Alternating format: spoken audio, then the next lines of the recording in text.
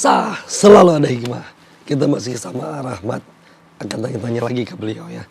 Jadi akhirnya sampai bisa benar-benar move on, nggak peduli lagi sama bulian orang, dan sekarang fokus di karya.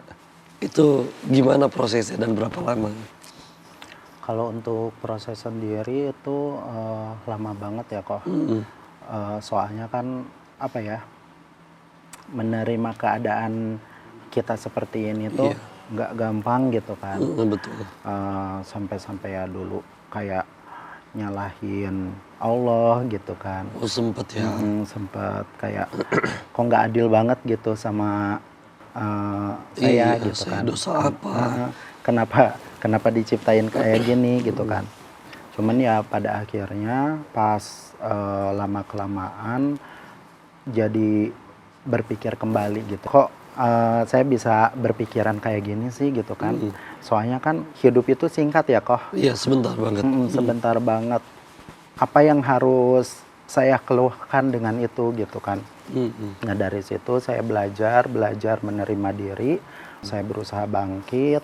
Apalagi kan ngelihat orang tua ya kok banting tulang buat saya, buat adik-adik saya. Saya melihat orang tua begitu hebatnya, begitu kuatnya kan membesarkan anak yang banyak istilahnya gitu kan. Sampai-sampai luar biasa perjuangannya. Sampai-sampai pernah kayak jatuh dari lantai berapa gitu. Umi tuh dulu waktu kerja gitu kan. Ya Allah. Nah dari situ saya jadi lebih semangat gitu kok. Demi nyari nafkah ya. Ibu saya aja bisa kuat, kenapa saya enggak gitu. Mudah Numi sehat selalu, dimuliakan oleh Allah. Amin. Tadi juga ada yang penasaran gimana cara gambarnya. Sok ini sambil gitu, sambil dipangku lagi kayak tadi. Kita sambil ngobrol aja ya, istilah ini. Iya. Dan alhamdulillah, tantangan terbesarnya apa nih Rahmat yang dihadapi saat awal ngerintis sebagai desainer? Lebih ke susah ilmu desainnya sih. Nggak asal gambar ya. Nggak asal Ada gambar. ilmunya. Iya. Warna juga nggak boleh asal campur. Iya betul. Apalagi kan kalau misalnya kita bikin sebuah baju harus ada cerita-ceritanya ya kok. Kayak terinspirasi filosofinya, terinspirasi nggak dari asal apa. kayak saya suka warna ini. Iya. Nah, ternyata harus ada filosofinya juga. Iya betul. Alhamdulillah. Cara gambarnya seperti itu tuh, harus dipangku. Terus tangannya juga, ya kalau kita kan bisa di meja ya. Tapi ini tantangan besar banget sih bagi beliau. Terus akhirnya gimana nih? Akhirnya pernah dinotis oleh desainer terkenal gitu, gak diajak kolaborasi? Kalau untuk kolaborasi sendiri sih belum kok. Iya. Ya semoga aja ya kok. Bismillah. Bismillah. Cuman waktu dulu itu pernah ketemu sama Kak Ipan Gunawan. Alhamdulillah. Sama Eko Chandra juga. Terus sama Bunda Ana Avanti. Masya Allah. Kalau Bunda Ana Avanti, alhamdulillah sampai sekarang masih ya komunikasi dengan baik. Masya Allah. Gimana bisa ketemunya? Datang ke acaranya kah? Atau karyanya akhirnya dinotis? Kalau untuk ketemu sendiri sama Bunda Ana, kebetulan beliau langsung ke rumah waktu viral. Masya Allah. Datang ya ke rumah ya, ke KBB ya? Dulu beliau itu naik ojek. Saya kira yang turun dari motor itu siapa gitu kan. Iya. Pas lihat beliau turun, ya saya langsung kaget aja gitu. Udah tahu beliau. Kayak nggak nyangka kan seorang desainer Indonesia gitu. Langsung datang ke rumah gitu. Ngobrol apa aja sama Bunda waktu ketemu? Ya waktu itu mah ya kayak nanya-nanya ya awal bisa gambar gimana dan lain-lain kan. Terus kayak sedikit kolaborasi kayak diajarin bikin corak-corak batik gitu. Jadi sharing ilmunya juga ya. Iya betul. Insya Allah. Terus udah sempat proses membuat pergelaran pribadi, betul? Iya betul.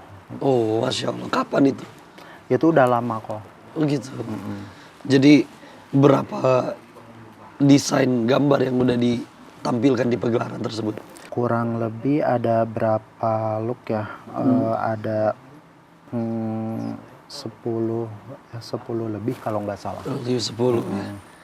Gimana itu? Kan Koko aja nggak kebayang gimana bikinnya. Ini apalagi dengan segala keterbatasan. Akhirnya mungkin dibantu dengan teman-teman desainer lain kah mungkin atau gimana? Kebetulan kalau waktu dulu pas waktu viral itu kan pertama banget ya kok bisa fashion show sama desainer terkenal juga, itu namanya Cici Alisandrina.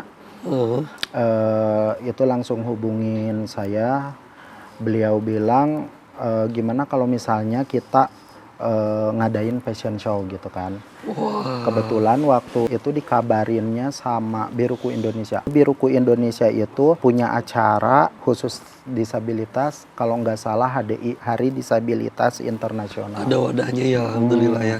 Nah dari situ kayak Rahmat katanya tolong cari desain yang mau ditampilkan gitu kan. Iya. Saya langsung pilih karena kebetulan saya suka banget desain baju yang saya gambar itu gaun gitu kan, Iya. bentuk gaun.